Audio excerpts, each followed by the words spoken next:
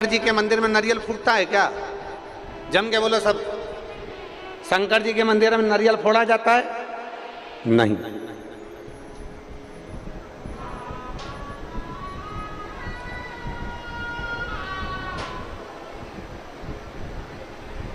नहीं फोड़ते। कारण, अगर शिव जी के मंदिर में नारियल फोड़ोगे तो तुम्हें आधा नारियल शंकर जी के मंदिर में देना पड़ेगा और आधा तुम्हें घर ले जाना पड़ेगा। बोलो सही है? हनुमान जी के मंदिर में नारियल फोड़ते हो तो इतना सा नारियल तोड़ के हनुमान जी को चढ़ा देते हो, बाकी का सब चक्कू से निकाल निकाल के खा जाते हो। देवी जी के मंदिर में नारियल फोड़ते हो तो इतना सा देवी जी को चढ़ाते हो, बाकी का सब चक्कू से निकाल निकाल कर खा जाते हो।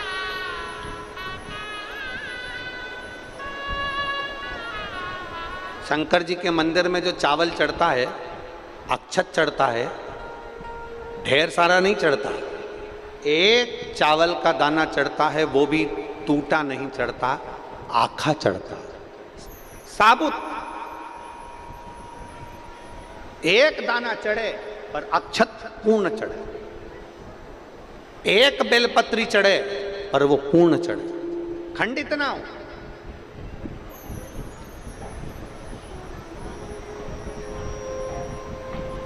एक पुष्प चढ़े पूर्ण समर्पण से चढ़े, पूर्ण समर्पण से।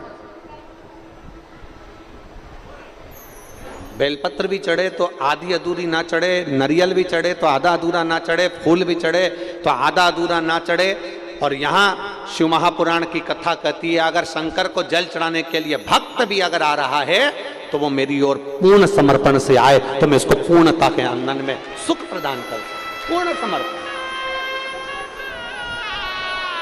आधा समर्पण तो मेरे देवादिदेव महादेव को भाता ही नहीं। आधा समर्पण मेरे शंकर भगवान को नहीं भाता। आधा समर्पण मेरे देवादिदेव महादेव को श्रेष्ठ लगता ही नहीं। उनको तो पूर्ण समर्पण चाहिए, पूर्ण। और जितना जितना जितना समर्पित होकर चलोगे उतना उतना सुख का अनुभव करोगे।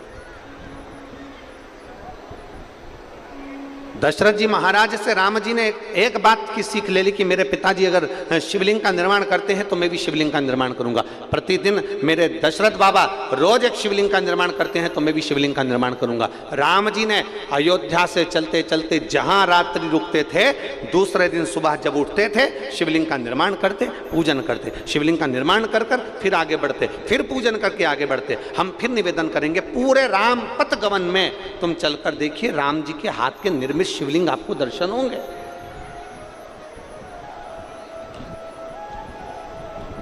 और चलते चलते चलते चलते एक स्थान खारू नदी का तट पड़ गया और खारू नदी के तट पर भी माता जानकी और भगवान राम जी शिवलिंग का निर्माण करते।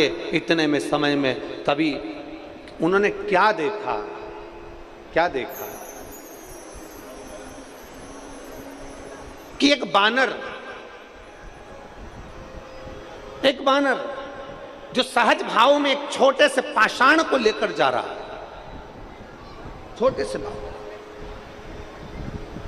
एक पाषाण को लेकर जा रहा है।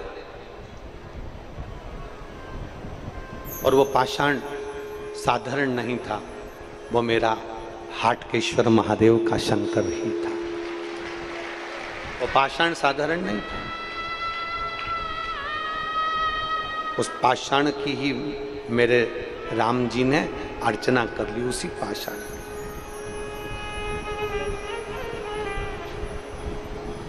कई लोग हंसी उड़ाते हैं ना, तो कह देते हैं तुम्हारा सनातन धर्म मूर्ति पूजन को बताता है। तुम्हारा सनातन धर्म कहता है कि पाषाण की पूजन करो, तुम्हारा सनातन धर्म कहता है मूर्ति की पूजन करो, तुम्हारा सनातन धर्म कहता है कि मंदिर में जाओ और मूर्ति की पूजन करो, मूर्ति की आराधना करो, शिवलिंग की पूजन करो, शिवलिंग पे जल चढ़ाओ, शंकर की आराधना करो, शंकर के पास जाओ। ये तुम्हारा सनातन धर्म कहता है। हम कहते हैं केवल एक सनातन धर्म ही ऐसा है, पूरे विश्व में केवल एक सनातन धर्म ही ऐसा धर्म है जो हमें ये दिखाता है कि पाषाण में भी परमात्मा बसता है, नदी में भी परमात्मा बसता है, पशुओं में भी परमात्मा बसता है, पक्षियों में भी परमात्मा बसता है, नदी सरोवर तालाब कुंड में भी परमात्मा बसता है। ये हमको सनातन धर्म दिखाता है, ये हमको सनातन धर्म दिखाता है।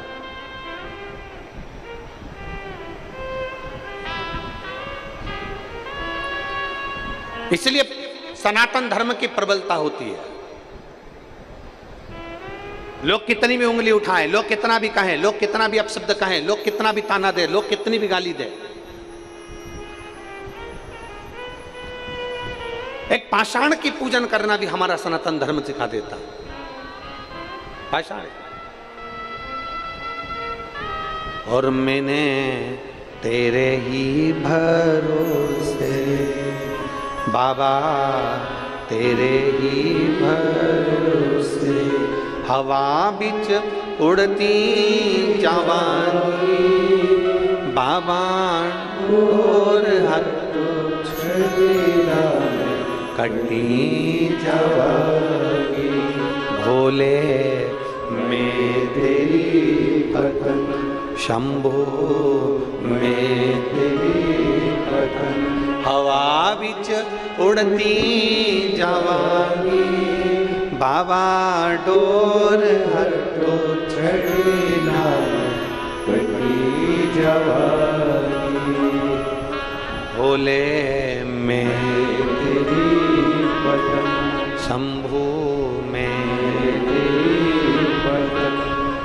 और तुम आना भोले बाबा मेरे मकान में, तेरा डमरू डम डम बाजे सारे जहान में। तुम आना भोले बाबा मेरे मकान में, तेरा डमरू डम डम बाजे सारे जहान। दोनों हाथों से बड़े प्रेम से आना भोले बाबा मेरे मकान में, तेरा डमरू डम डम बाजे सारे जहान में। तुम आना भोले बाबा मेरे मकान में, तेरा डमरू डम डम बाजे सारे जहान में। तुम आना भोले बाबा, तुम आना भोले बाबा।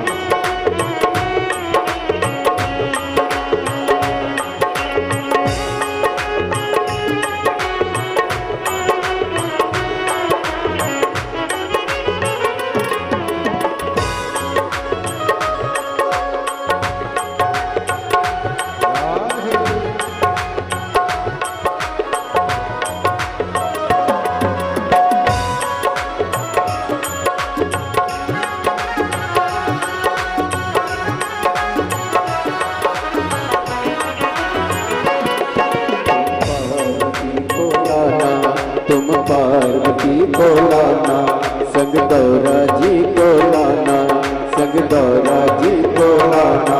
तुम पार्वती को लाना, तुम पार्वती को लाना, संग गौरा जी को लाना, संग गौरा जी को लाना। मेरे मकान में तेरा डमरू डम डम बाजे सारे जहान में। तुम आना भोले बाबा, तुम आना भोले बाबा, मेरे मकान में तेरा डमरू डम डम बाजे सारे जहान में।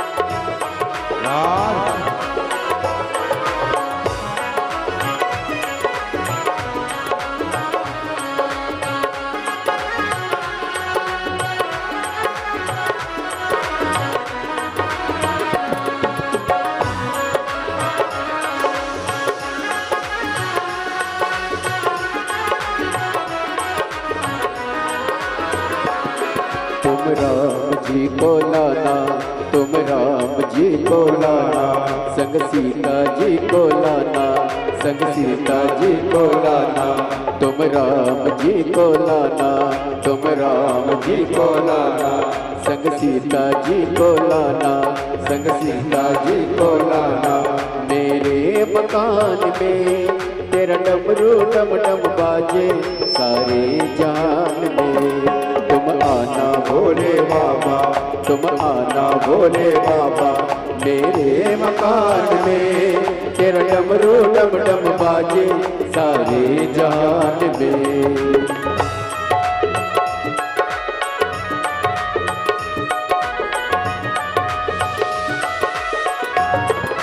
बोले शंभू राधे।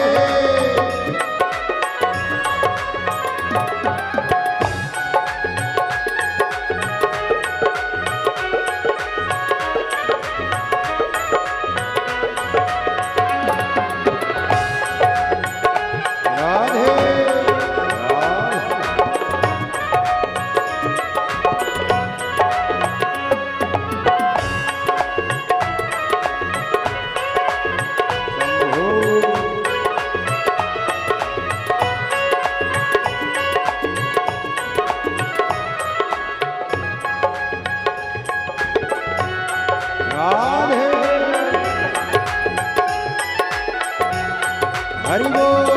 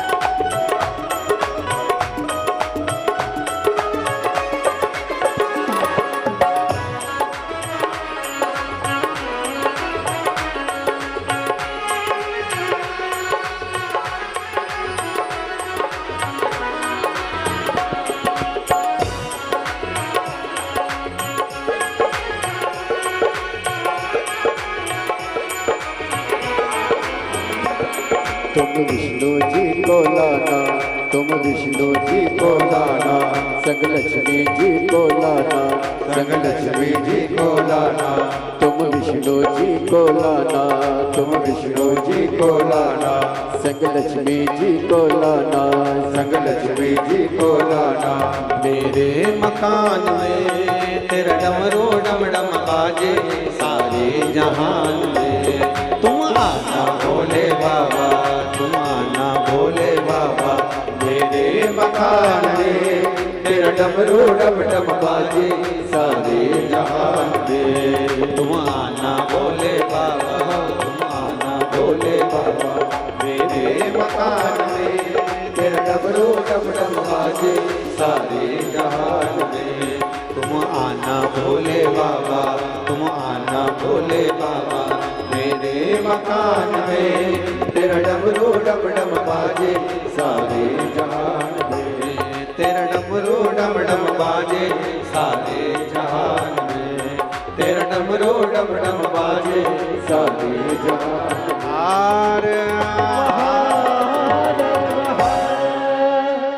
अपने स्थान पर बैठकर भगवान शिव जी से अपने मन की बात बड़े भावों के साथ आनंद से कहिए, दिल से प्रार्थना करें, भाव से विनय करें, शिव जी से निवेदन करें।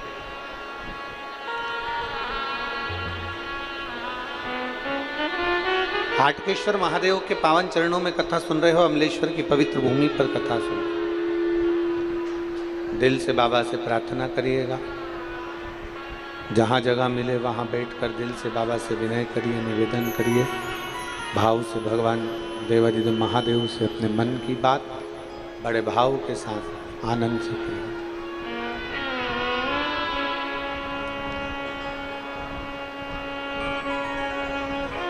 सत्य तो यह है कि शंकर जी से अपने मन की बात कहने के लिए लोग जब आते हैं तो इस व्यासपीठ के इस पवित्र प्रांगण में बैठकर जब हम विनती करते हैं तो बाबा उसको स्वीकार करते हैं। जितने लोग आस्था चैनल पर कथा सुन रहे हैं, जितने फेसबुक यूट्यूब पर कथा सुन रहे हैं, जितने इस पवित्र अमलेश्वर छत्तीसगढ़ की भूमि पर बैठकर कथा सुन रहे हैं, वो दिल से अपने मन की बात देवाधिदेव महादेव से करें।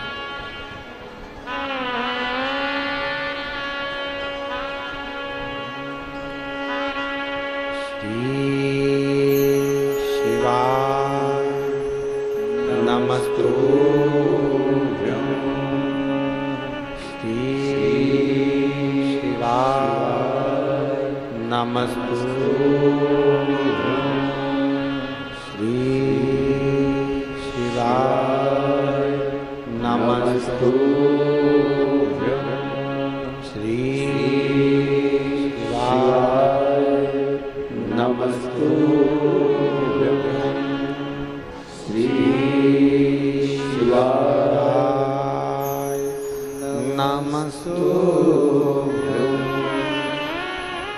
भोला सब दुख काटो ओ भोला सब दुख काटो शिव शंकर तेरी माला भोले बाबा जपो तेरी माला भोला सब दुख काटो ओ भोला सब दुख काटो वेश है मंगल मंगलकारी वेश है मंगल मंगलकारी शमशान वासी हमारा शमशान वासी हमारा ओ भोला सब दुख काटो ओ भोला सब दुख काटो। भगवान शिव की कथा करी, भगवान शंकर का नूतन करा।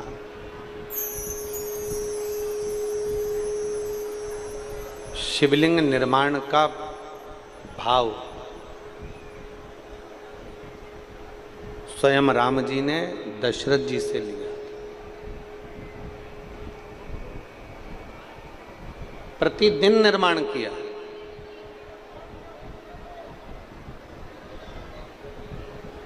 और अमलेश्वर की पवित्र भूमि से आप भी एक बात लेकर जाना, जब तुमको लगे कि मेरी जिंदगी बड़ी कष्ट में चल रही है, बहुत दुख का जीवन चल रहा है, बहुत तकलीफ चल रही है, बहुत तकलीफ,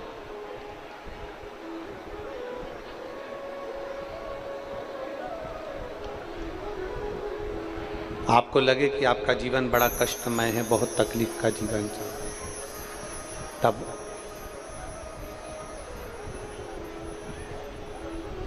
अपने घर के बाहर कोई गमला हो, कोई स्थान हो,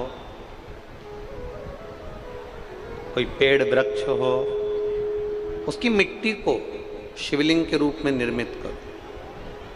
संकट के समय धैर्य रखना भी आधी लड़ाई जीत लेने के समान है।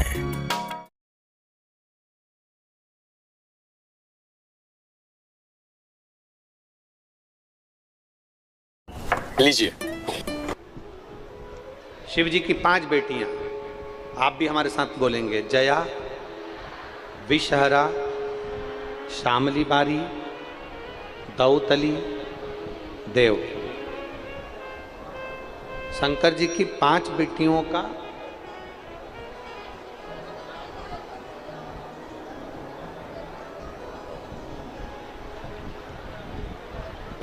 का नाम लेते जाना है।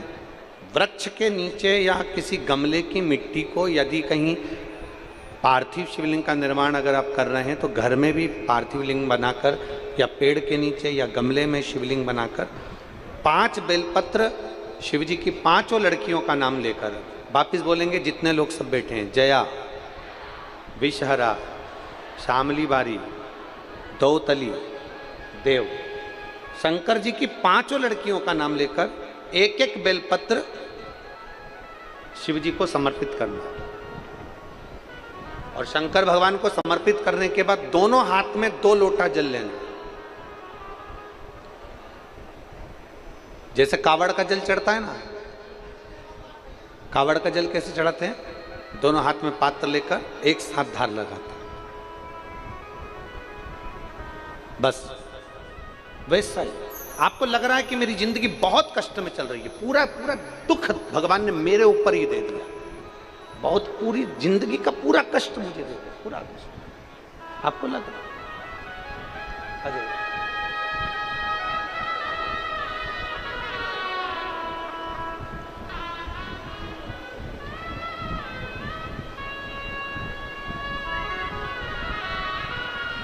अब बेटी ठीक है,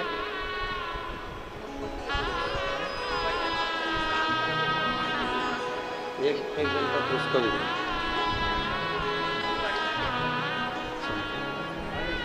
आप ही की बेटी है जो 11 साल तक लगातार हर महीने खून चढ़ा है, ब्लड चढ़ा है, और बाबा की कृपा आज आपकी पोती है।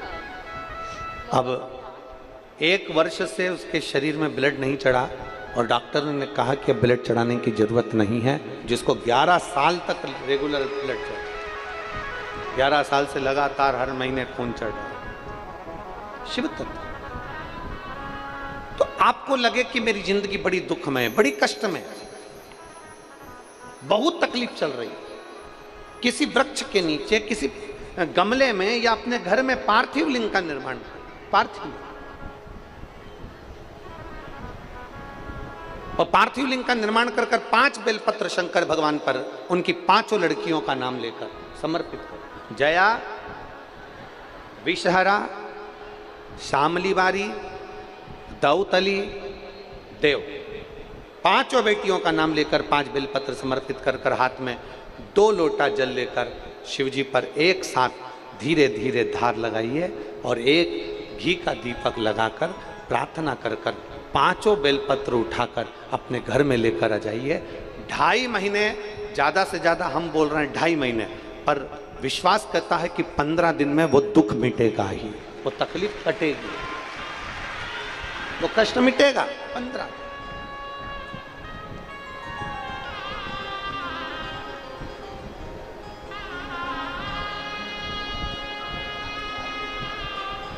केवल शिव की आराधना करना। एक महिला यहाँ बैठी है जिसके घर में 5 साल तक उसने इंतजार करा था कि मेरे घर में औलाद हो जाएगी, 5 वर्ष नहीं हुई, 5 वर्ष तक इंतजार करा, नहीं हुई। घर के लोगों ने विचार कर लिया अब इसके गर्भ से कभी औलाद नहीं हो सकती।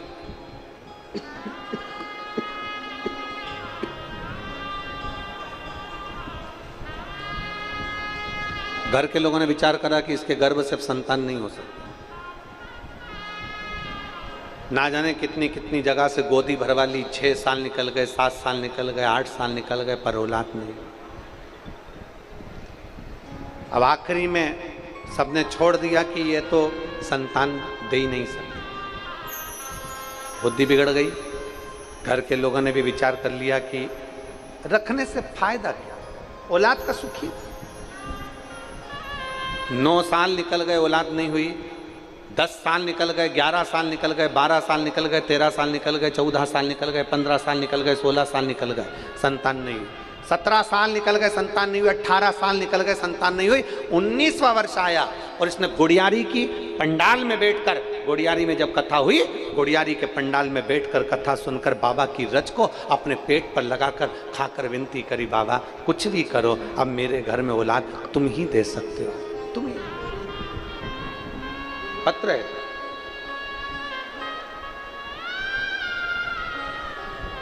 मैं गीता साहू, अश्वनी नगर, रायपुर से हूं। कहीं बैठी हैं गीता साहू तो हाथ हिला सकती हैं। अगर कहीं बैठी हो, आप ही हैं, बच्चा आया है साथ में, लेके आ जाओ, ले आओ बेटा। मैं गीता साहू, अश्वनी नगर, रायपुर से आई हूं। बाबा की कृपा का मैं क्या वर्णन करूं। 19 साल तक संतान का सुख नहीं हुआ। 19 वर्ष शादी के हो गए, संतान नहीं हुआ। गुरुदेव तब आखिरी में जब सब कुछ समाप्त हो गया, तब विचार करा कि अब करा क्या जाए। तो गुड़ियारी में बैठकर शिव महापुराण की कथा सुनकर उसको गर्भ से लगाया, रज को मुख में ले लिया। आप कहते हो जहां कथा होती है वो कैलाश धाम होता है, 12 ज्योतिर्लिंग का स्थान होता है, उस रज को मुख में। और बाबा ने गुड़ियारी की कथा को हुए केवल 10 दिन निकले थे, और 10 दिन बाद मेरे पेट में दर्द हुआ तो मुझे लगा कि जैसा दर्द हमेशा होता था वैसा ही हो रहा है। और बाबा की कृपा से जब हम जांच कराए तो बाबा की कृपा से मेरा गर्भ ठहर चुका था। 19 साल के बाद मेरे घर में पुत्र रत्न की प्राप्ति हुई है। 19 वर्ष, 19 वर्ष निकल गए। यहाँ जितने अमलेश्वर के भक्त बैठे हैं ना, और यहाँ जितने भक्त लोग कथा श्रवण करने आए, उनसे निवेदन करूंगा, शिव महापुराण के इस पंडाल को हल्के में मत लेना। जहां कथा होती है, जब तक कथा चालू नहीं हुई तब तक ये पंडाल था, जब तक कथा चालू नहीं हुई तब तक ये जमीन थी, जब तक कथा चालू नहीं हुई तब तक ये ग्राउंड था, जब तक कथा चालू नहीं हुई तब तक ये मातृभूमि थी। पर आज 27 तारीख से 2 जून तक ये केवल पंडाल नहीं है, ये मेरे 12 ज्योतिर्लिंग का मंदिर और मेरा कैलाश धाम है।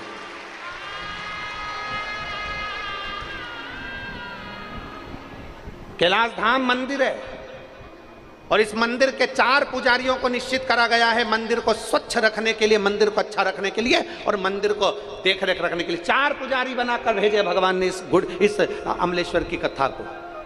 पवन खंडेलवाल जी को, सागर खंडेलवाल जी को, विशाल खंडेलवाल जी को और मोनू साहू को। ये इस 12 ज्योतिर्लिंग का जो ये मंदिर है, जो 7 दिन तक ये कैलाश धाम रहेगा, इन 4 पुजारियों को दिया गया है कि तुम चारों को अपने जी और जान से ज्यादा इस पंडाल को संभालना है और जनमानस की सेवा करना है।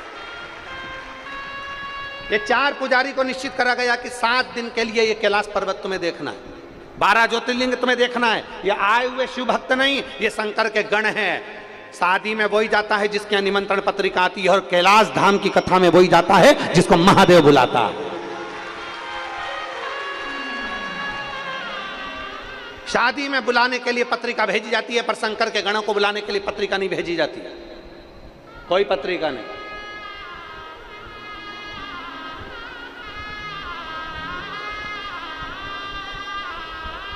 वो लोग गाना गाते हैं, वो कौन सा गाना है, वो कुर्ता फाड़ के, क्या बोलते हैं उसको, वो कुर्ता फाड़ के, ऐसा कोई गाना लोग गाते हैं। हम कहते हैं लोग कथा सुनते हैं टेंट फाड़ के। सामने देखिए, एलईडी वाले जरा उधर भी दिखाना जरा। कथा सुनते हैं लोग टेंट फाड़ के, लोग गाना गाते कुर्ता फाड़ के। आप एलईडीओं पर देखिए जरा, और जितने आस्था चैनल पर बैठे हैं वो भी देखो, ये साइड में जितना टेंट लगाया था ये सब फाड़ फुड़ा के कथा का रिस्पान कर रहे हैं। देखो, श्रवण करिए, शिव भक्ति है, इसको अविरल भक्ति कहते हैं। शंकर की अविरल भक्ति इसी को कहते हैं।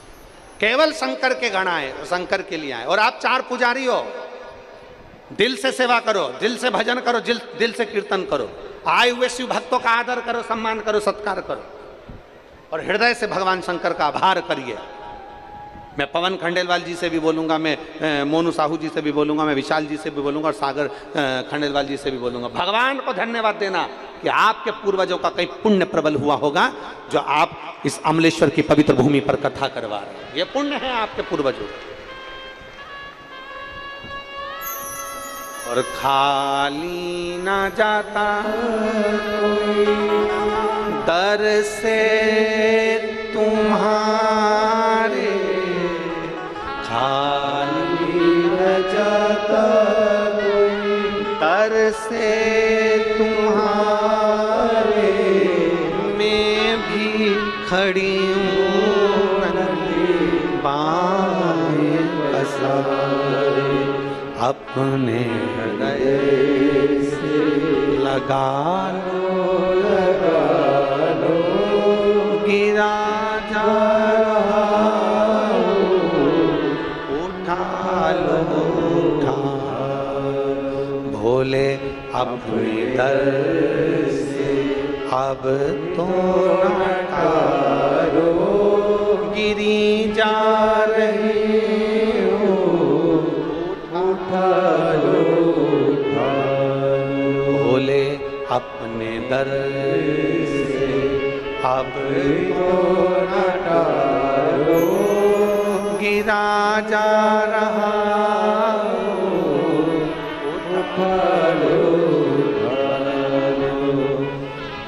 गिरा जा रहा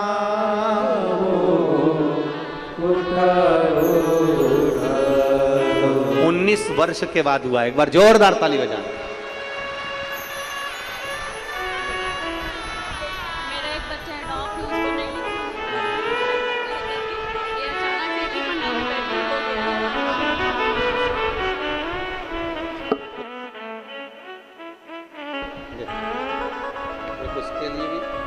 देखा।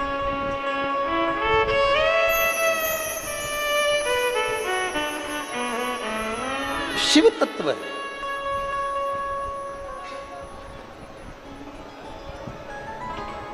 अब कौन आस लगाएगा कि 19 साल बाद भी औलाद हो जाएगी, 20 साल 25 साल में भी औलाद हो जाएगी, कौन आस लगाएगा?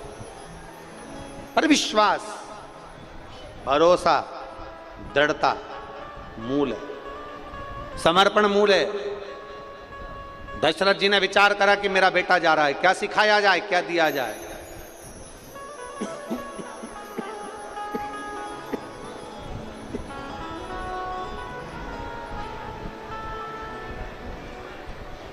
क्या कहा जाए, क्या बोला जाए?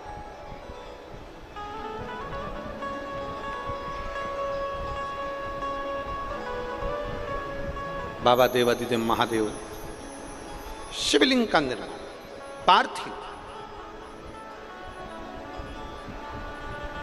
आया दुख, आई तकलीफ, आया कष्ट, पार्थिव शिवलिंग का निर्माण।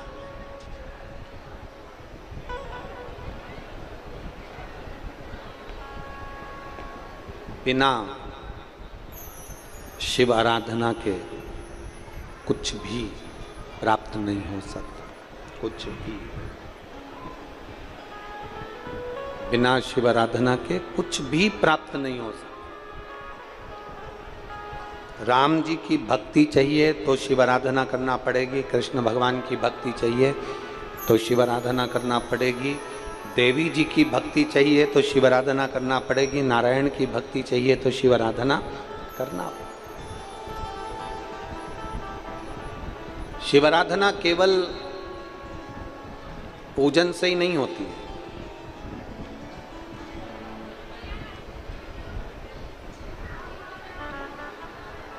शिव आराधना केवल पूजन से नहीं होती है।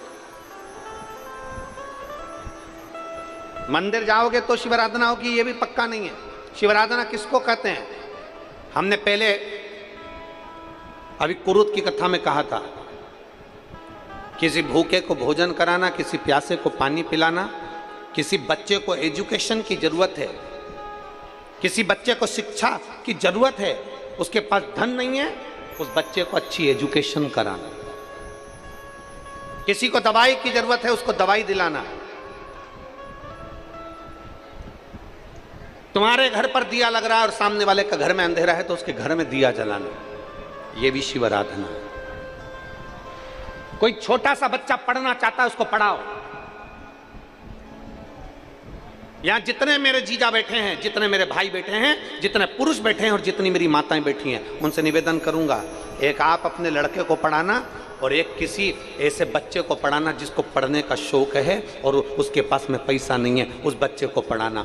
अपने बेटे को भी पढ़ाओ, बच्चे को भी पढ़ाओ, दोनों को पढ़ाओ। और पढ़ाते पढ़ाते जब तुम्हारा बेटा बड़ा होगा और जिसको तुमने विद्याध्ययन कराया है, एक साधारण जिसको पहचानते तक नहीं और उसको विद्या की जरूरत है, उसको पढ़ाया है, एक बार आपका बेटा आपके सामने मुंह चला देगा, आपका बेटा आपका अपमान कर देगा। पर जिसको तुमने एजुकेशन दिलाई है ना, जिसको पढ़ना था और पैसा नहीं था, उसको पढ़ाया है, वो मरते दम तक तुम्हारा एहसान मानेगा। वो मरते दम तक तुम्हारा एहसान मानेगा। जिस बच्चे को एजुकेशन की जरूरत है, उसको उसके पास में पढ़ाई का पैसा नहीं है, उसको पढ़ाई है। उससे बड़ा कोई सुख नहीं है, उससे बड़ी कोई शंकर की आराधना नहीं है।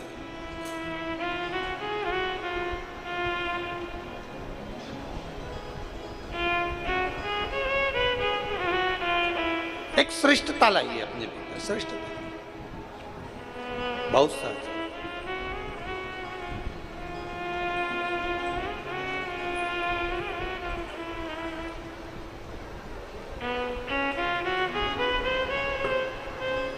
और जब आप धीरे धीरे इस मंदिर नहीं भी जा रहे हो ना, और अगर किसी का भला कर रहे हो तो समझ लेना कि तुम्हारा मंदिर जाने के बराबर है। अरे मत बुरे कर्म कर बंदे, वरना पछताएगा। भगवान की आँखों से तू बच नहीं पाएगा। बच नहीं पाएगा। अरे वो अज्ञान मत करना, अरे वो अज्ञान मत करना।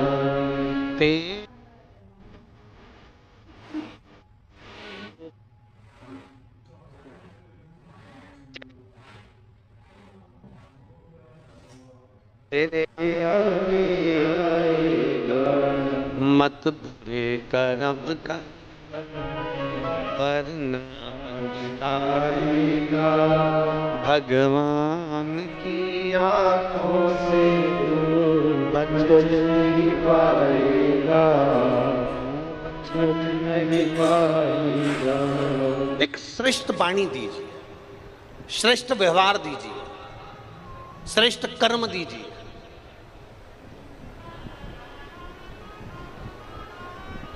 जानवर के दांत में जहर होता है। काय में जहर होता है? बोलो बोलो जम के। जीव जंतु के दांत में जहर होता है। केवल एक मनुष्य ऐसा है जिसके दांत में जहर नहीं होता, जिसकी वाणी में जहर होता है।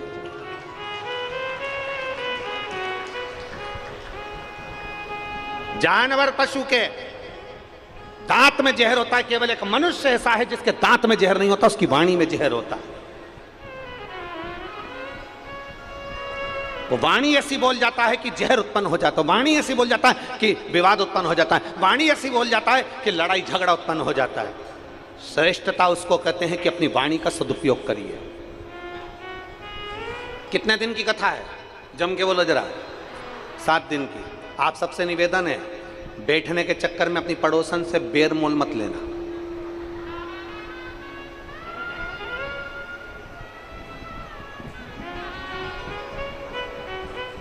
कोई ने धक्का मार दिया, कोई ने तुम्हें खसका दिया, कोई ने कुछ बोल दिया, 7 दिन के चक्कर में बेर मोल मत लेना। 7 दिन तुम महादेव के हो और महादेव तुम्हारे हैं।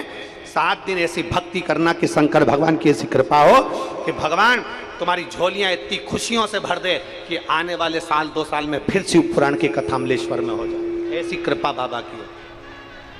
अपना समय बर्बाद मत करना व्यर्थ की बात में। इसने मेरे को यहाँ खसका दिया, इसने मुझे यहाँ बोल दिया, मेरे को बैठना था कुर्सी पर, इसने मुझे जमीन पर बिठा दिया, मैं तो टेंट के लिए आई थी, मुझे पीछे बिठा दिया, मैं बैठना यहाँ चाहती थी, मुझे वहाँ बिठा दिया। और मेरा तो निवेदन है माननीय पवन खंडेलवाल जी से और विशाल खंडेलवाल जी, सागर खंडेलवाल जी और मोनू साहू जी से, और बसंत जी भी अगर यहाँ बैठ के कथा सुन रहे हैं तो उनसे भी निवेदन करूँगा कि कल ये वाले सामने जो टेंट लगे हुए हैं पर्दे, इनको हटवा कर यहाँ पर टेंट लगवाने का प्रयास करें, जिससे लोगों को बैठने की सुविधा हो सके।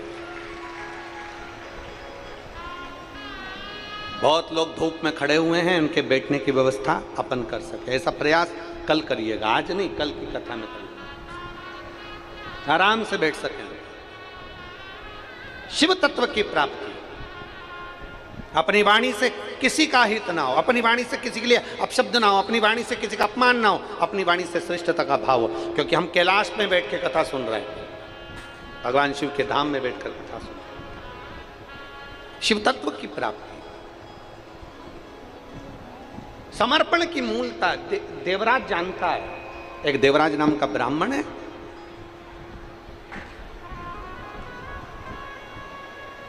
वो देवराज नाम का ब्राह्मण कुल में जन्म लेने के बाद अपने ब्राह्मण तत्व को श्रेष्ठ नहीं बना पाए,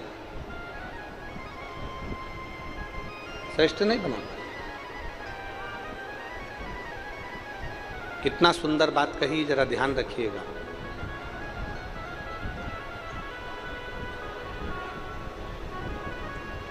बहुत ध्यान देना है इस बात पर। कोई व्यक्ति अपने दोनों हाथ घी में डुबो ले, दोनों हाथ कोनी तक घी में डुबोए और घी में डुबो कर दोनों हाथों में वो तिल्ली, क्या बोलते हैं इधर छत्तीसगढ़ में, तिल के लड्डू बोलते, तिल बोलते हैं कि तिल्ली बोलते हैं? तिल्ली, तिल। घी में हाथ डुबोए और तिल में हाथ डुबो दे, और उस हाथों में जितनी तिल चिपकी हो, कोई निंदा करने वाला, कोई झूठ बोलने वाला, कोई गलत बोलने वाला व्यक्ति अगर 1000 बार भी तिल तिल के बराबर भी अगर तुम्हारे सामने आकर निंदा करने वाला व्यक्ति सौगंध खा लेना, तो भी उसकी बात पर भरोसा कभी मत करना, क्योंकि निंदक कभी तुम्हारा भला नहीं कर सकता। निंदा करने वाला आज दूसरे की निंदा कर रहा है, अगर निंदा करने वाला दूसरे की निंदा कर रहा है तो ये बात याद रखना कि वो तेरी भी निंदा दूसरी जगह जाकर जरूर करता, जरूर करता, अगर वो निंदा कर रहा है।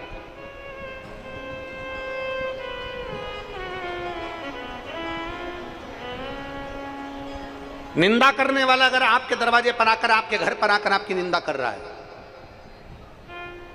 निंदा कर, तो मान कर चलना कि वह निंदा करने वाला दूसरे के घर पर तुम्हारी भी निंदा जरूर करेगा। इसलिए शिवपुराण कहती है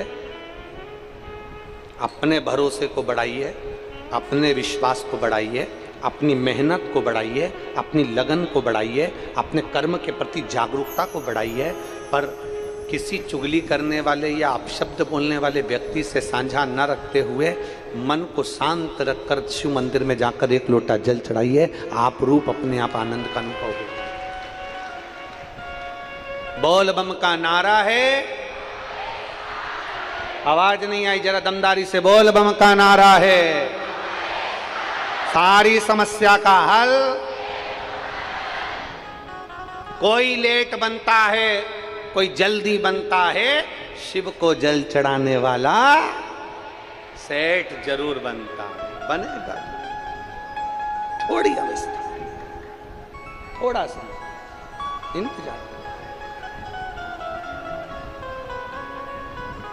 भरोसे को दड़ी बनाइए। देवराज ब्राह्मण कुल में जन्म लेने के बाद भी ब्राह्मण कर्म नहीं कर पाए,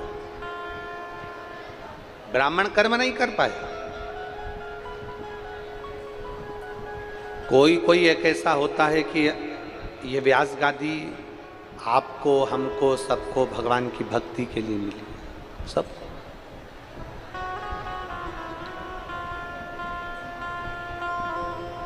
अगर आपको अच्छा पद मिला है ना, आपको अच्छी कुर्सी मिली है ना, आपको अच्छा पद मिला है, तो उस पद का प्रयोग अच्छा करना।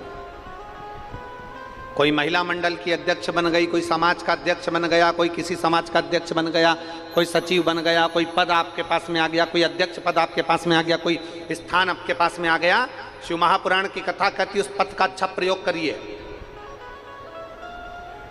उस पद का सदुपयोग करिए, बेकार कर्म नहीं करिए। अगर आपको अच्छा पद मिला है तो उसका प्रयोग करिए, उसका प्रयोग करिए। शिव तत्व की प्राप्ति हो, भगवान शंकर की हृदय भक्ति की, शिव महापुराण कर रहे हैं, भगवान शंकर की कथा कर रहे हैं, शिव तत्व की प्राप्ति। देवराज अपने ब्राह्मण कर्म से वंचित हो गया, और ब्राह्मण कर्म से देवराज वंचित हुआ तो ऐसा वंचित हुआ कि चोरी का धन लेकर शंकर जी के मंदिर में पहुंच गया। शिवालय में उसके शरीर में ताप पड़ रहा, बहुत ठंड लग रही।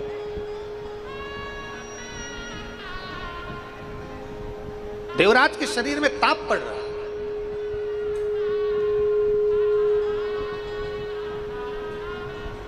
शरीर में कंपन हो रहा,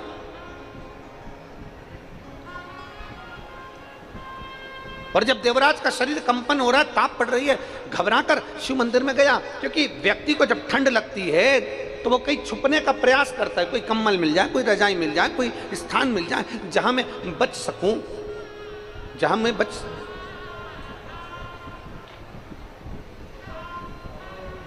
देवराज भी ढूंढ रहा है, मेरे शरीर में ताप पड़ रही, मैं कहां जाऊं। शंकर के मंदिर में चले गए, चोरी का धन साथ में और चोरी की संपदा लेकर शंकर जी के मंदिर में पहुंचा। चोरी की संपदा,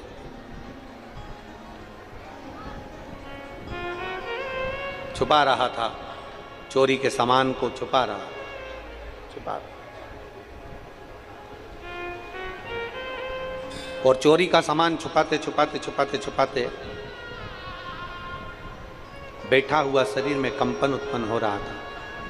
उसी मंदिर में कोई ब्राह्मण शिव महापुराण की कथा का वाचन कर रहे थे। कोई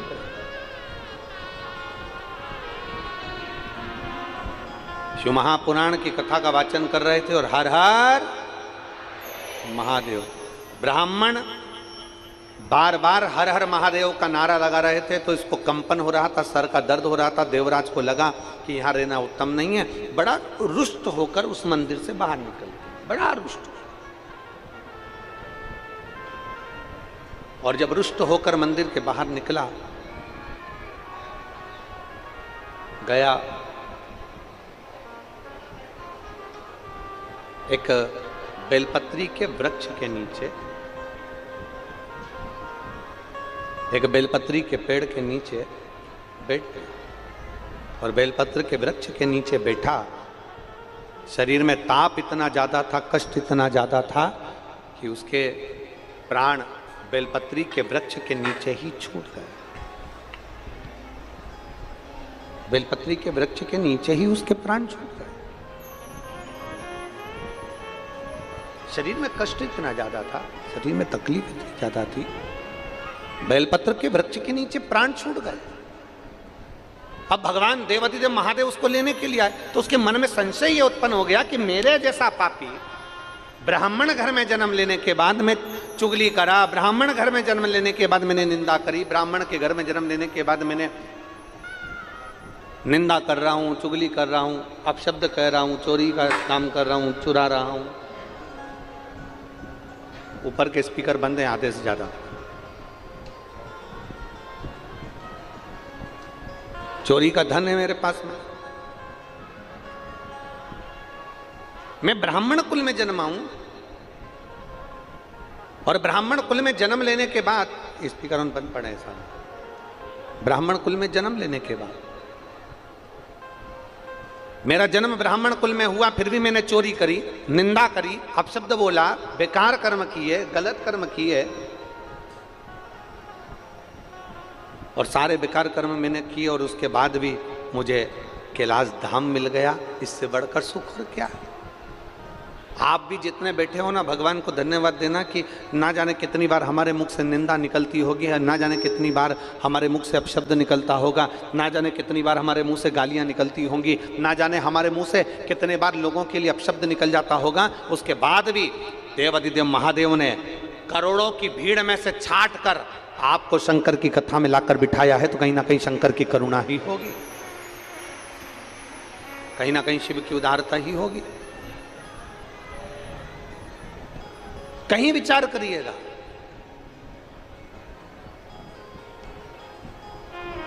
और मेरे भोले तेरा सहारा है, मेरे भोले तेरा सहारा है, मेरी नैया का तो किनारा है, मेरी नैया का तो किनारा है। मेरे बाबा तुझे पुकारा है, मेरे बाबा तुझे पुकारा है, मेरी नैया का तो किनारा है, मेरी नैया का तो किनारा है। देवराज मन में सोच रहा है, अपने भीतर विचार कर रहा है, अपने भीतर सोच उत्पन्न कर रहा है। देवराज के मन में यह भाव उत्पन्न हो रहा है कि मेरे जैसे पापी को भी शंकर जी लेने के लिए आए, मेरे जैसे पापी। दो क्षण की अगर शिव महापुराण की कथा इन कानों में पहुंच जाती है ना,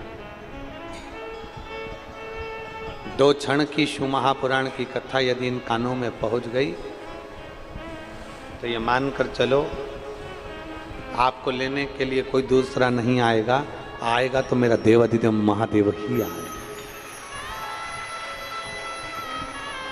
देवरिदे महादेव ही आएंगे, कोई दूसरा नहीं है,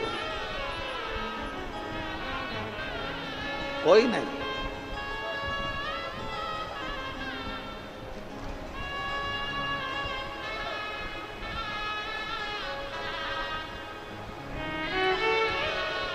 और मिलेगा। अरे भोला मिलेगा जरूर, भजन करो भोला मिलेगा जरूर, मिलेगा। काहे बटोरे कंकर पत्थर, काहे बटोरे कंकर पत्थर, जब हीरा मिला कोहिनूर, भजन करो भोला मिलेगा जरूर, भोला मिलेगा जरूर, भजन करो भोला मिलेगा जरूर। और काहे बटोरे कंकर पत्थर, काहे बटोरे कंकर पत्थर, जब हीरा मिला कोहिनूर, भजन करो भोला मिलेगा जरूर, भोला मिलेगा जरूर, भजन करो भोला मिलेगा जरूर। वो मिलता है सबको में। एक पत्र है, देखिए,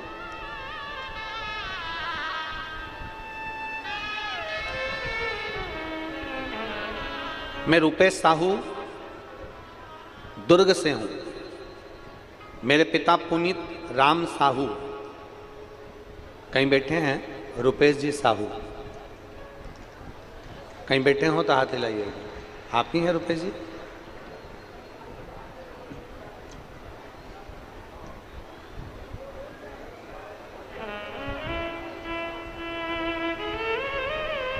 आ जाओ बेटा, रुपेश आ जाओ। मैं रुपेश साहू दुर्ग से हूं। मेरे पिता पुनीत राम साहू को 13 मई को पता चला कि गले में गठान हो गई है, और वो गठान साधारण नहीं है, कैंसर से जुड़ी हुई है।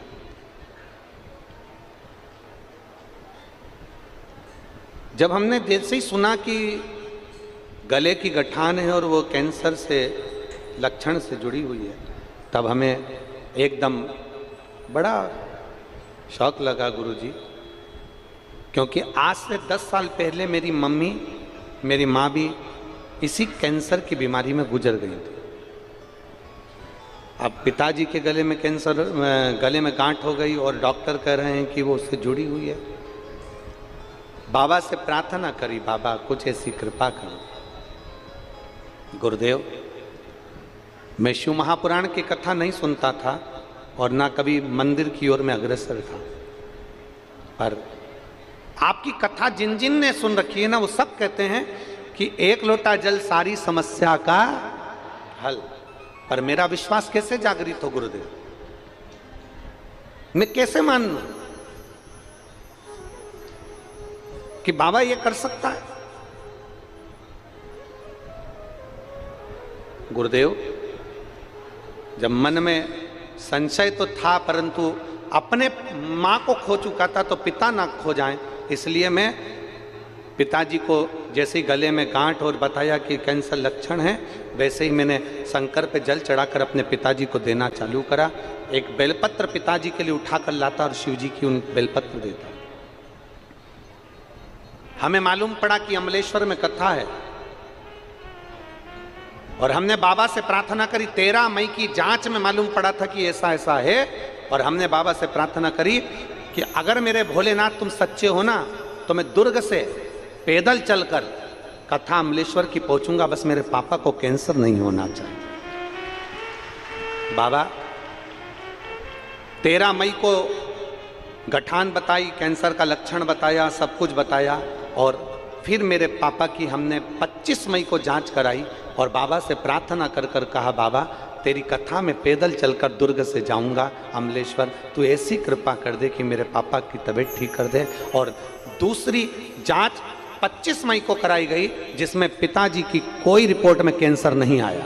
मैं बाबा को यहाँ नमन करने के लिए, बाबा को प्रणाम करने, शिव तत्व है, शंभु है, ओ घड़ी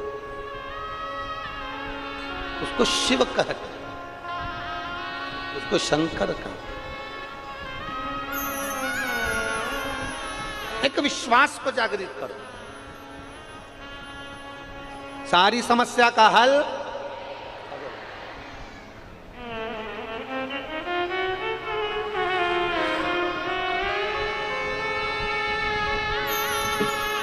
पापा आए, बोलिए पुनित जी, बेटा बोल रहा है आपका, मेरे पापा भी आए हैं जिनको कैंसर नहीं निकला, ठीक हो गए 25 तारीख की रिपोर्ट में। कहाँ बैठे हैं पुनीत जी? हाथ हिलाइएगा। पुनीत राम साहू, अच्छा उधर हैं क्या? हाथ हिला दो एक बार। ठीक है, दिख गए हो बिल्कुल लास्ट में। एक बार वापस हाथ हिलाओ। ठीक हो? हर हर महादेव, शिव कृपा।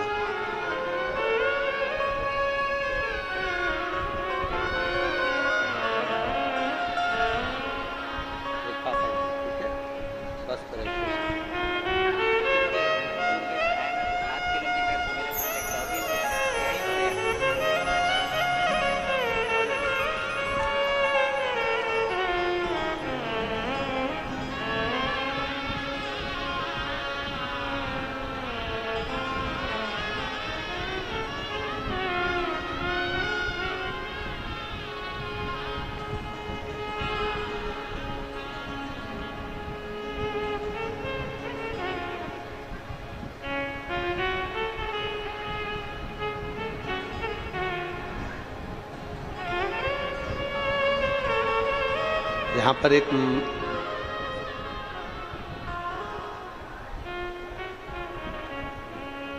जयवती भारद्वाज, बस्तर ब्लॉक, लोहनी गुंडा कहीं बैठी हैं। इनके पेट में डॉक्टर ने गठान बता दी थी और वो गठान भी नॉर्मल नहीं थी। वो गठान डॉक्टर के हिसाब से ठीक नहीं थी, तो बाबा का भरोसा कर कर बेलपत्र और जल पीना प्रारंभ करा और दूसरी जांच कराई तो गठान में आराम मिला और बड़ी बीमारी नहीं निकली कैंसर जैसी। इसलिए लोहानी गुंडा बस्तर से कथा पंडाल तक पहुंची हैं और पंडाल में ही दंडवत करती करती आई हैं। एक बार जोरदार ताली बजाएं इनके लिए। भी साधु आई हो तो बुला लीजिए। शंभू,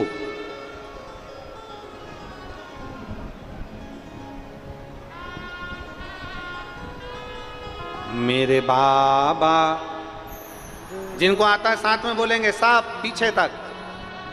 मेरे बाबा दया कर, मैं तेरे भरोसे हूँ। भोले बाबा दया करना, मैं तेरे भरोसे